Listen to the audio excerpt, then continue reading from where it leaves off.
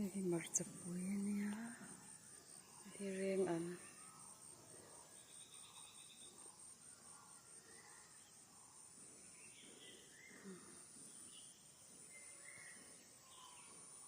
pui rồi phun rồi rất anh lên lấy khóc này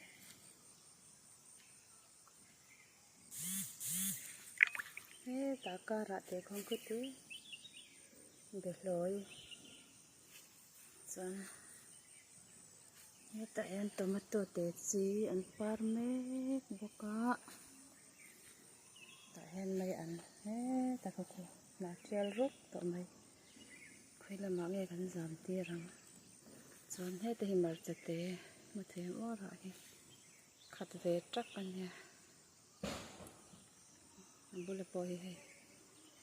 anh par nó sẽ tỏ mấy chọn hay apple cùng sang tỏ vàng vàng mê nha par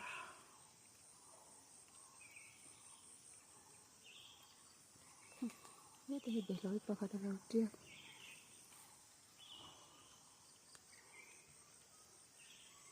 mà sắp quý rã xây chi rất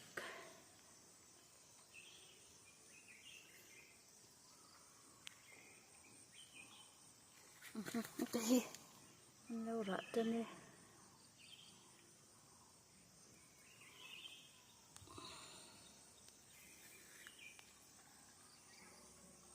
đây như thế hình chặt dịa lầu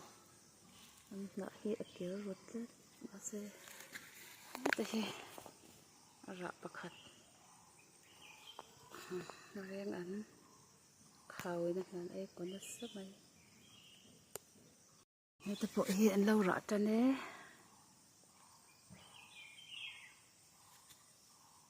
thì bà sẽ bôi thật đều gì ăn tía kinh chỉ lì này đâu ô mình nghe rõ cái này nào rõ cái lâu là tì lòng vậy ăn này rõ xây gì mà ra bốc mà ra hiu phái hiền cũng sống về lần nhỉ và ní cứ từ cứ tomato là cuốn này mà rất bùi bốc Korean vây mìm cà rạ cái chuyện nó bom khuyên muộn tạo khoán và phật bạch bằng bỏ Korean vây mìm rek choán nó ta hay dragon fruit lâu bát tàu vùng mấy lâu bát về rồi hôm nay giờ tôi nó khát chút pin lâu bát khát về cả rồi muốn sẽ đã bốc Korean vây mìm vội ta sừng mấy nó đã khoan mấy ăn tê bul hoàn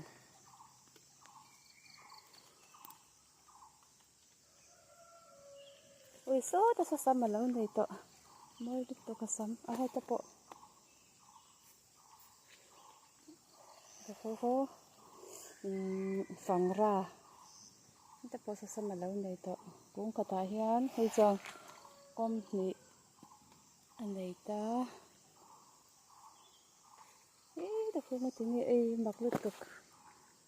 gì cả thì con đầu cho anh ông giờ tập ở vay niêm tủ ra tê làm quá cho nên khang ạ hiền này mấy ảnh nó làm chảo này ôn cho chảo tôn nhé ta sẽ có đến đây những cái mà ôm nhé chân thì được liang vậy thì con nó chảo mấy cái này khổ nó chảo tôn tệ mấy nha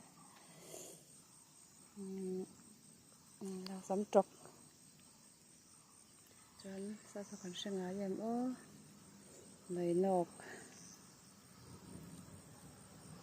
lai ai hiền nín cũng quỳ trên voi turin bằng par cả đã lẽ rose te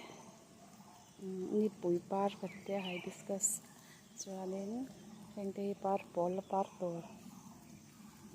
chuanin hetah hian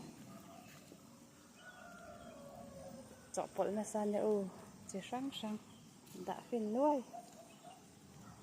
hi mawi chiang ania tor ke te ka tum he pawh a par chhia hi pawh ang ngai ani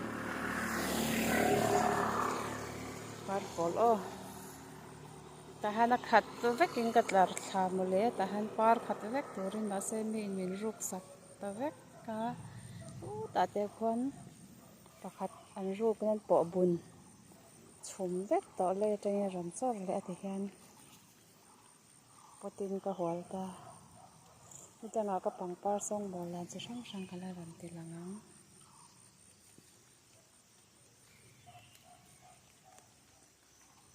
ni satli tu ka wangin an che veka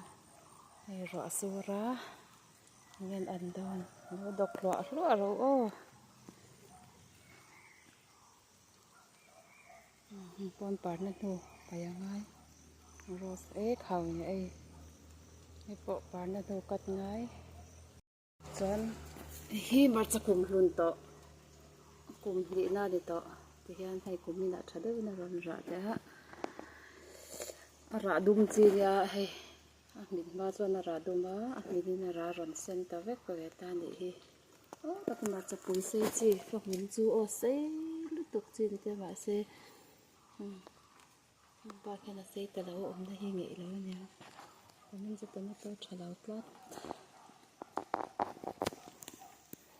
lai ku reng an le marchai na khat veka pot du chuan lo pot ro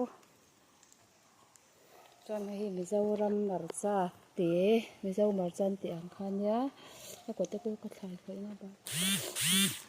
ra lian em a mizo marcha kan ti a pawh ra lian chi ang khan nia chuan he ta hian tomato ni mina ta hian in ra te chi ho hi tam deuh mo ka lo teuh lo boka he ta hi ui thiền thang lập pung đón tệ mấy nha chuan ta han tomato oma be hloi a zam boka trok te kung a om boka trok te pawh hei an ra ei sen lo hin ra ve nia chuan ta hi be hloi tria khat ka chuan dragon fruit a hian an zam chho ta ta ko tomato te chi hi ka khoi ngam to si lawa le ya ten ra ko ta te khu ta pawh be hloi bawk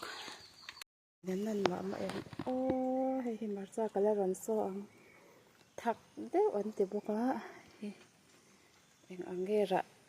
ala ron ti lang leng ro su lo hang kan choi thla dei te ang